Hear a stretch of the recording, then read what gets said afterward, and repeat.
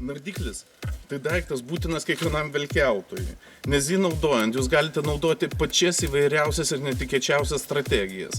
Be to atsiveria galimybė naudoti daug didesnį masalų asortimentą. Su nardikliu jūs galite bet kokį spiniginį masalą nugramzdinti į norimą gelmę ir iš ten iškrapštyti tūnančius plėšrūnus. Nardiklį naudoti yra labai lengva. Paimam galą su svirtele ir jį ryšame prie pagrindinio valo. Ryžti galima keliais būdais. Imamas galas su svirtele ir prie jo ryšamas pagrindinis valas. Jį galima ryžti mazgeliu arba tam reikalui panaudoti jau esantį prie pavadėlio suktuką.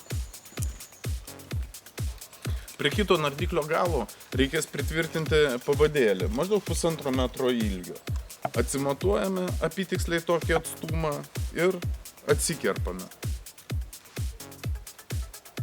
Paruoštą pavadėlį ryšame prie stacionaraus nardiklio galo.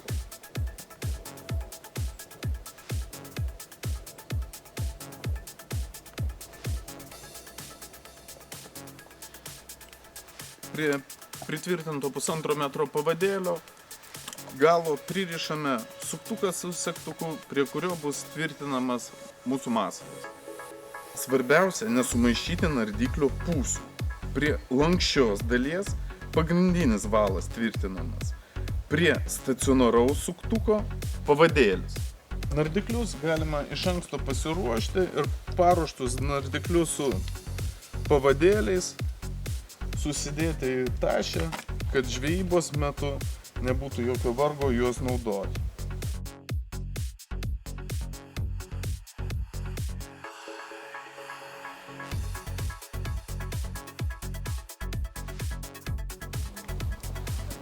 Žvejybai naudosiu nardiklius, nes echalotas žuvį rodo 14 metrų.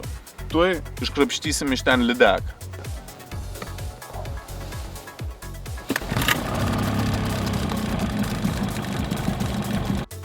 Montuoju nardiklį. Prisegu prie pagrindinio valo ties lanksčia svirtele. Prie pavadėlio segu masalą. Masalo prisegimas ir nardiklio montavimas tai 5-10 sekundžių reikalas. Naudoju 82 mm diametro nardiklį. Tai 14 metrų gelmei pasiekti reikia išleisti 25 metrus valų.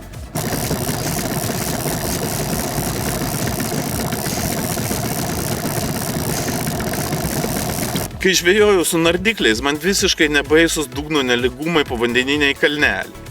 Nes nardiklis plaukdamas atsitrenkia į tuos nelygumus ir atšoka. Jeigu nelygumas yra pakankamai didelis ir neužtenka nardikliui erdvės atšokinėti, jis apeina tą nelygumą šonu ir praveda pro šoną masalą.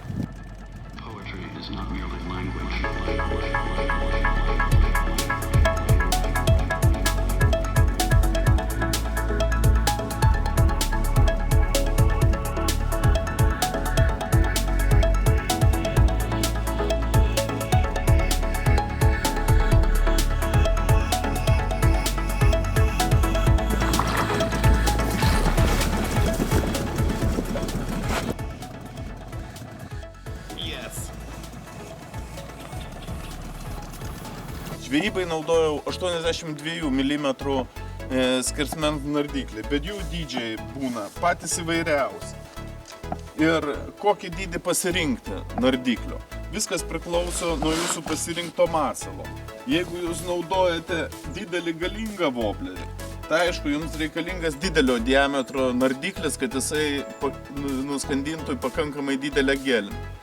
Jeigu jūs naudojate mažesnį woblerį, tai jums užtenka mažesnio diametro nardiklio.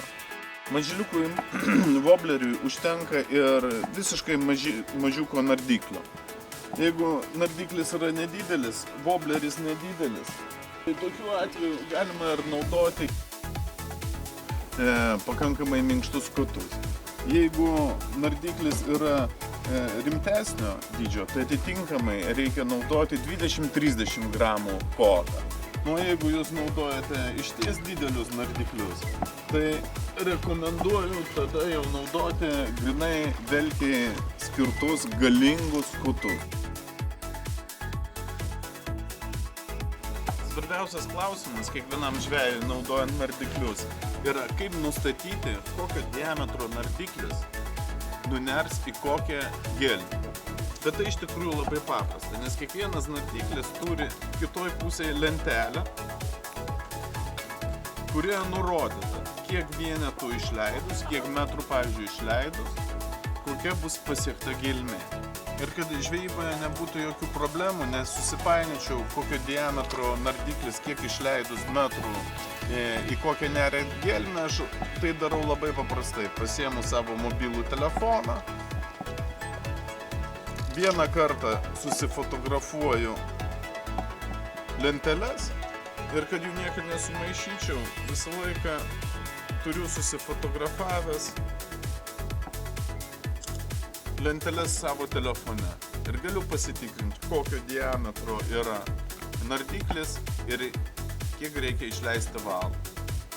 Jei nardiklis 82 mm pločio, tai išleidus 25 metrus valo, jisai paners į 14 metrų gelmę.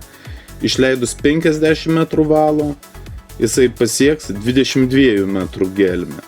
75 metrus išleidus, 28 metrus gelmę. Kuo daugiau leidžia, tuo giliau neria. Žvejybai naudojant nardiklius, masalą galima vilkti ne tik iš paskos valčiai, bet ir nukreipti jį į skirtingus šonus. Kiekvieno nardiklio galiniai pusiai yra išcentruotojas, kurio pagalba mes galime masalą nukreipti į dešinę arba į kairę pusę. Pavyzdžiui, jeigu nardiklį mes pastatėme ant trečios pozicijos, tai išleidus 25 metrus valo, jisai paners nebe į 14 metrų gelmę, o tik į 8, vadinasi 6 metrus nutols nuo valties, analogiškai su visais kitais gyliais.